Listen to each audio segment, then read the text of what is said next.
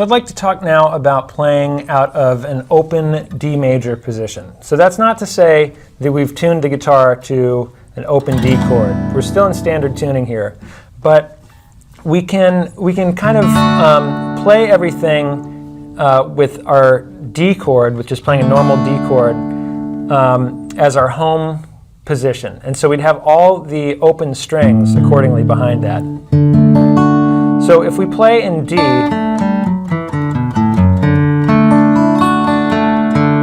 we have a different set of notes in the key.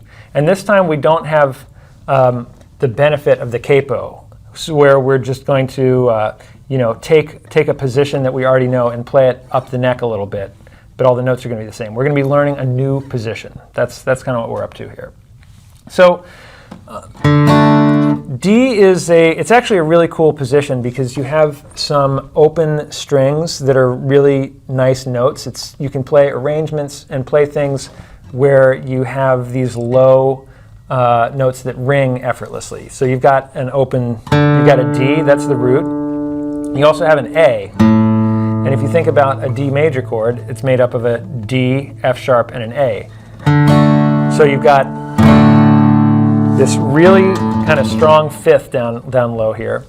And also, by the way, it's A is 5 in D. So 1, 2, 3, 4, 5, that's an A.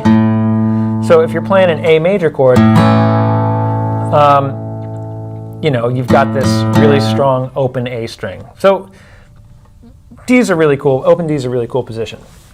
So let me show you a D major scale, just going from D to D right here. So from D to D, we're going to go on the open D string. We're going to play that. That's going to be scale degree 1, second fret of that D string, scale degree 2. The fourth fret is going to be your third. The open G string is going to be your fourth. And you can see that perfect fourth interval right there. Just as we can see that major third interval, we kind of know by now that a major third is 4 frets up from any given note. So that's 1, 2, 3. That's our fourth. Here's our fifth. And we also know that this position, up a string and up 2 frets, that's a perfect fifth most of the time, unless we're talking about going from the G to the B string. So we got 1, 2, 3, 4, 5. Now we come to our first kind of interesting potential fork in the road. So we can play our 6, we can play this B note right here. We can fret the 4th fret of the G string, and then we would follow that using our first finger at the 2nd fret of the B string. That would be our 7, and come all the way up to the 1 again. So we can play this scale like 1, 2, 3, 4, 5, 6, 7, 1. But we also, when we get to the 6th, we have another way we could go. We could also play that as an open B, because again, remember, it's a unison. This is a B, the 4th fret of this 3rd string, G, A, B. That's a B note, but of course our open B string is a B. So this is the thing that can be a little tricky when you're playing in D, is kind of choosing which of these 2 Bs you're going to play. So the other way we'd play this would be, 1, 2, 3, 4, 5, and then you'd go to the open B string, 6, 7, 1.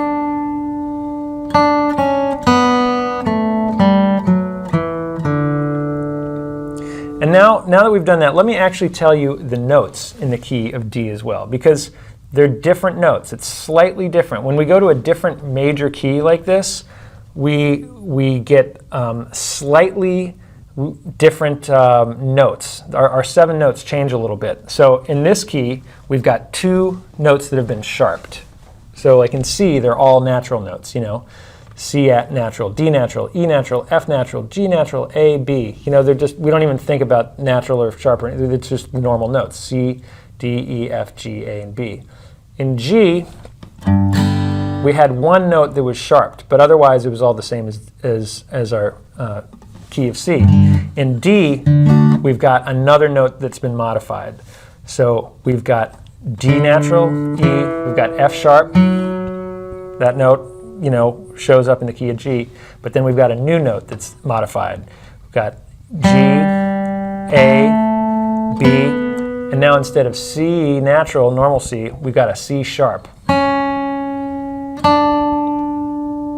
So you got two sharp notes, F sharp and C sharp. So that's D, E, F sharp, G, A, B, C sharp, D. You don't have to worry about that too much for right now, but I would be remiss if I didn't mention it to you. And we can kind of look at that in our kind of scale diagram and probably make more sense of it. So if I wanted to map out the rest of this position, we'd kind of leave just that perfect D to D octave here. So if we wanted to go down, we would go, let's start on this high D and go down and just keep going until we run out of room. So we're going to start here, D, so this is 1, here's C sharp, 7, 6, 5, 4, 3, 2, 1. We've looked at that already, but if we keep going down, we're going to have 7. So that's the 4th fret. That's a C sharp again. That's the 4th fret of the 5th string. 6. And then that open A that we were talking about, that's a 5. And then we've got a G here, 4.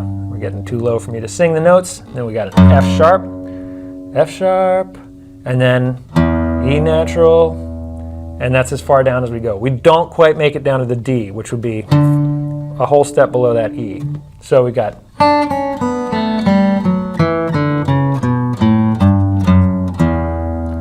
ba. Now if we go up, let's go up from right there. So we're in scale degree 2. 2, 3, half step between 3 and 4. 4, 5, 6, 7, half step between 7 and 1. 1, 2, whole step to 3, half step from 3 to 4, whole step to 5, whole step to 6, whole step to 7, half step back to 1. Okay, now to keep going up, we've got 2, that's our E again. There's our 3rd, our F sharp, and the half step from our 3rd to the 4th. There's G, and then there is our A, that's our 5th. So all the notes we've got in this position from the lowest note, which is not the root, not the lowest note in the scale, but it's the lowest note we have available right here on the guitar. It's our E, it's our 2nd. So 2, 3, 4, 5, 6, 7. Here's 1, 1, 2, 3, 4, 5, 6, 7. Next octave of 1, 1, 2, 3, 4, 5. And if we wanted to finish out the scale, just for fun, we'd go 6, 7, 1, and again, we can figure that out using the whole steps and half steps.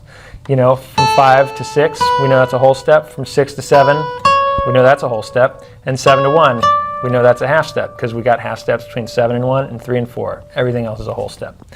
So that is your D major.